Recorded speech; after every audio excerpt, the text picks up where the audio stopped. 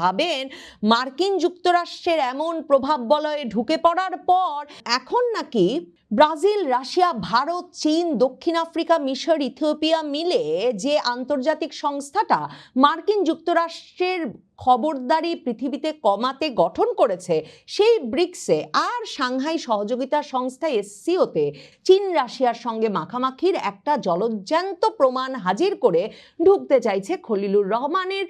সরকার, তারেক রহমানের সরকার, বাংলাদেশ। সারা পৃথিবী জুড়ে এখন পর্যন্ত মার্কিন যুক্তরাষ্ট্রের বলয়ে যাতে করে কোনো দেশ ঢুকে না পড়তে পারে, বিশেষ করে ভূকৌশলগতভাবে গুরুত্বপূর্ণ কোনো দেশ ঢুকে না পড়তে পারে, এবং যদি ঢুকে পড়ে সে দেশে যাতে তাদের যথেষ্ট প্রভাব বজায় থাকে, এ বিষয়গুলো যারা অস্ত্র শস্ত্র, গোয়েন্দা, অর্থ, বিনিয়োগ যে কোনো উপায়ে নিশ্চিত করার বিষয়টি সারা পৃথিবীতে প্রকাশ্যে চালিয়ে যাচ্ছে, সে দেশটির নাম হচ্ছে রাশিয়া। কাজেই পুতিনের রাশিয়া যে বাংলাদেশে এই যে ব্যাপকভাবে মার্কিন বলয়ে ঢুকে পড়া, বাংলাদেশের বাণিজ্য চুক্তির নামে একেবারে সুতা থেকে বোয়িং বিমান থেকে কামান থেকে জ্বালানি সব কিছু মার্কিন যুক্তরাষ্ট্র থেকে বিনা শুল্কে বাংলাদেশ ঢুকতে দেবে, এটা একরকম ঠিক করে ফেলা, বাংলাদেশে মার্কিন যুক্তরাষ্ট্রের রাষ্ট্রদূত হারে রেড়ে করতে করতে বাংলাদেশ যাতে কিছুতেই কমিউনিস্ট চীনের সাথে বন্ধুত্ব করতে না পারে, এ ঘোষণা দিয়ে এখানে আসা, পরিষ্কার যুক্তরাষ্ট্র মনে করছে তারাই বাংলাদেশে সব জিনিস বেচবে, তারাই বাংলাদেশ কার সাথে বন্ধুত্ব করবে না করবে ঠিক করে দেবে। এই অবস্থাটা কিছুতেই রাশিয়ার পছন্দ হবার কথা নয়, যেখানে আবার রাশিয়ার বড় ধরনের বিনিয়োগ আছে বাংলাদেশে, রূপপুর পারমাণবিক প্রকল্পটার কথাই ভাবুন। শেখ হাসিনার পুরোটা আমল জুড়ে যে তিনটি দেশ একেবারে হাতে হাত ধরে শেখ হাসিনার প্রত্যেকটা নির্বাচনকে সবার আগে সমর্থন দিয়েছেন, শেখ হাসিনার ওপর আমেরিকার যে কোনো খবরদারির বিষয়ে একেবারে বিবৃতি দিয়ে আন্তর্জাতিক ফোরামে প্রতিবাদ জানিয়েছেন, সেই তিনটি দেশ হচ্ছে ভারত, রাশিয়া এবং চীন। এমনকি মনে করে দেখেন যে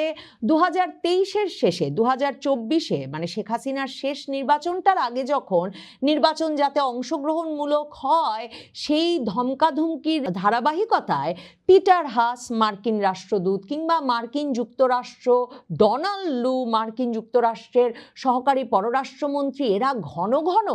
এই হুমকি দিচ্ছিলেন যে প্রয়োজনে তারা ভিসা নিষেধাজ্ঞা আরোপ করবেন বাংলাদেশের কর্মকর্তা এবং সাংবাদিক সহ সকল পেশার মানুষের প্রতি উপর,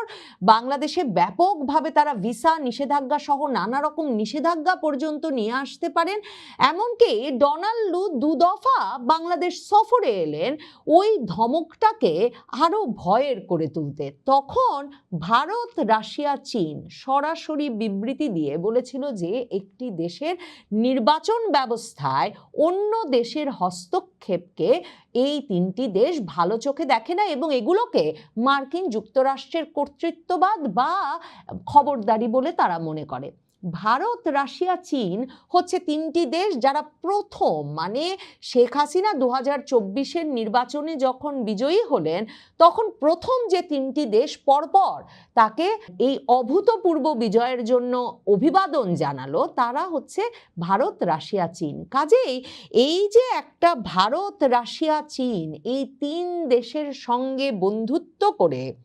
মার্কিন যুক্তরাষ্ট্রটাকে সামলে রেখেছিলেন শেখ হাসিনা এক রকমের, এবং সারা পৃথিবীতে একজন গুরুত্বপূর্ণ আন্তর্জাতিক নেতা হয়ে উঠেছিলেন বাংলাদেশের মতো একটা দেশ থেকে, সেটা শেখ হাসিনা বাংলাদেশের ভূকৌশলগত অবস্থানটা পরিষ্কার উপলব্ধি করতে পেরেছিলেন বলেই। এবং বলা হয় যে তাদের পুরনো বন্ধুকে রাশিয়া কখনো ভোলে না। শেখ হাসিনার আমলেই রাশিয়া বাংলাদেশে রূপপুর পারমাণবিক প্রকল্পের মতো বিরাট সম্মানজনক প্রকল্প হাতে পায়, এবং সে সময়ও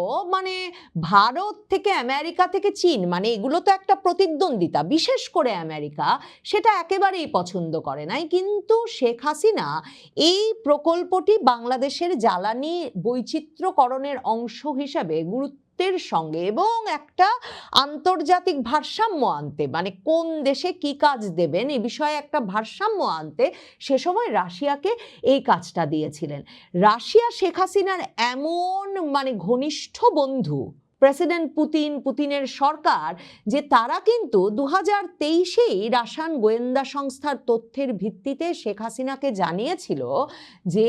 শেখ হাসিনা 2024-এর নির্বাচনটা করে ফেলবেন, কিন্তু 6 মাসের মধ্যেই শেখ হাসিনাকে আমেরিকা একটা রেজিম চেঞ্জ অপারেশন ঘটিয়ে ক্ষমতাচ্যুত করবে। এবং শেখ হাসিনা প্রশাসনের অনেক ঘনিষ্ঠ ব্যক্তিও এই কথাটা বিভিন্ন পরিসরে উল্লেখ করেছেন। আর এই যে রূপপুর পারমাণবিক প্রকল্প, যেটা নিয়ে রাশিয়ার একটা বড় ধরনের গৌরব আছে, শুধু গৌরবের বিষয় নয়, বাংলাদেশের মতো বঙ্গোপসাগরের কাছে এরকম একটা ভূকৌশলগত এলাকায়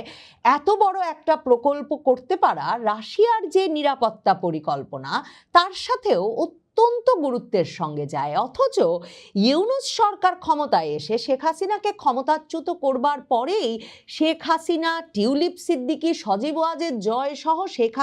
হাসিনার পরিবারের বিরুদ্ধে প্রথম তারা যেই অভিযোগটা নিয়ে আসলেন সেটা হচ্ছে রূপপুর পারমাণবিক প্রকল্প থেকেই নাকি শেখ হাসিনার পরিবার $5 বিলিয়ন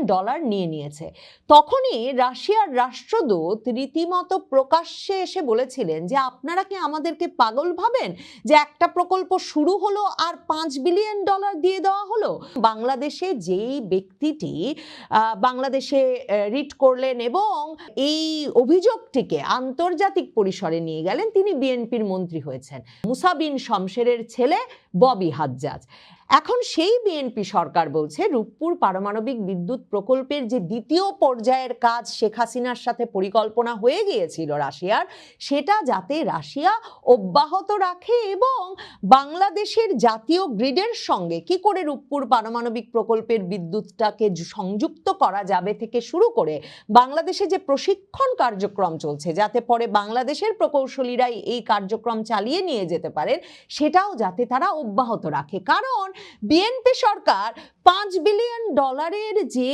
ঘুষ নেওয়ার অভিযোগ, মানে ইউনূস সরকারের আমল থেকে তাদের আমলের মন্ত্রী যেই অভিযোগটা এনেছেন, সেটার মাধ্যমে রাশিয়া মনে করে সরাসরিভাবে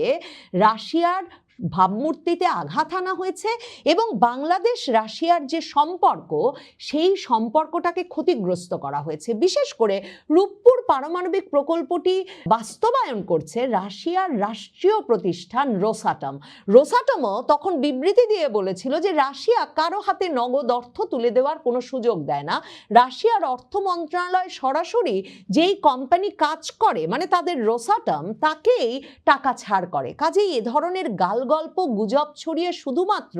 রাশিয়ার ভাবমূর্তি ক্ষুণ্ণ করা আর রাশিয়া বাংলাদেশের সম্পর্ক ক্ষুণ্ণ করা ছাড়া আর কিছু হচ্ছে না। কাজেই রাশিয়া আসলে তারেক রহমান সরকারের সঙ্গে বন্ধুত্ব করতে পররাষ্ট্রমন্ত্রী খলিলুর রহমানকে দাওয়াত দিয়ে মস্কো ডেকে নিয়ে যায়নি। রাশিয়া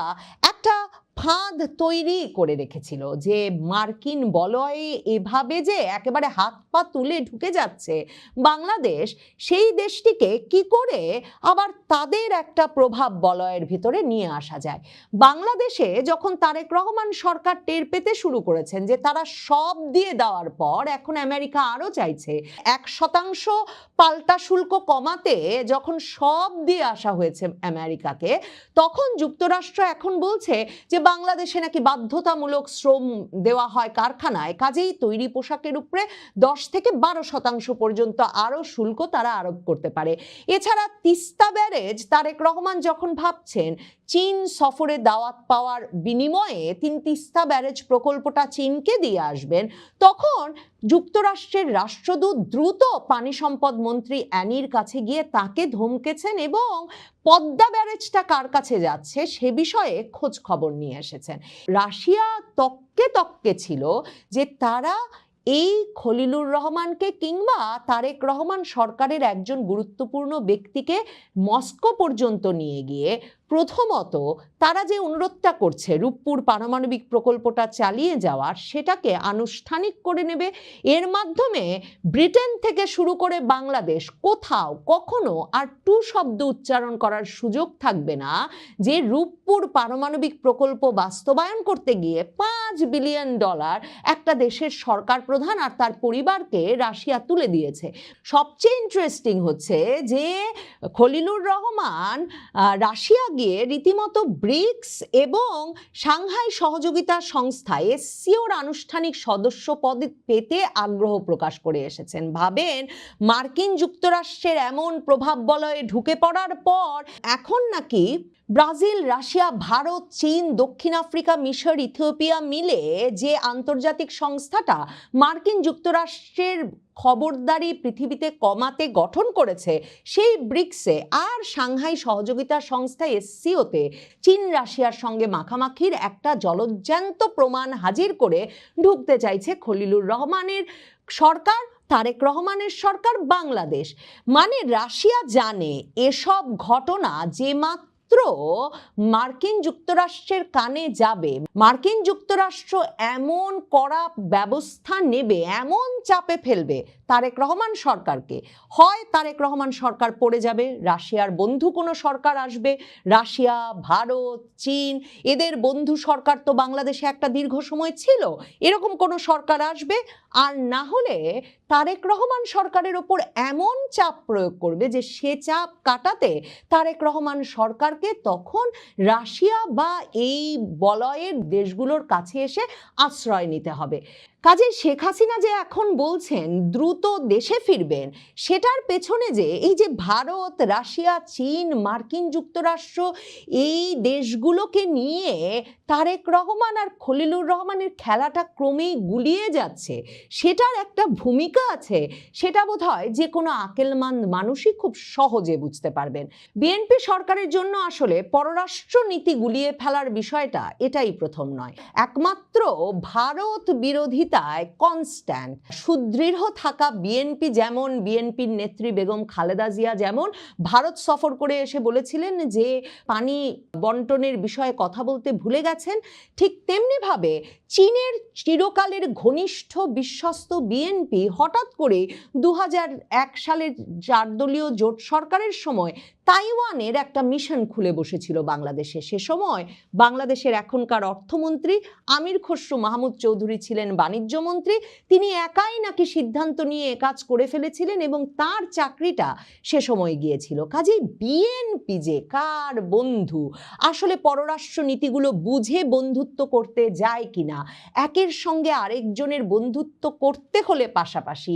কি করে বিভিন্ন পরাশক্তিগুলোকে একটির পাশে আরেকটিকে রেখে খেলতে হবে, সেসব বিষয়ে যে ভীষণ অপরিপক্ক, সেটা জেনেই আসলে রাশিয়া, ভারত, চীন কারো পক্ষেই এখন তারেক রহমান সরকারের ওপর ভরসা করা মুশকিল। আর মার্কিন যুক্তরাষ্ট্র যে এখন ভীষণ ক্ষেপে যাবে, আর তারেক রহমান যে আপাতত ভিসার কালো তালিকা থেকে কিছুতেই মুক্তি পাবেন না রাশিয়া চীনের সঙ্গে বেশি বন্ধুত্ব করতে গেলে, সেটাও যে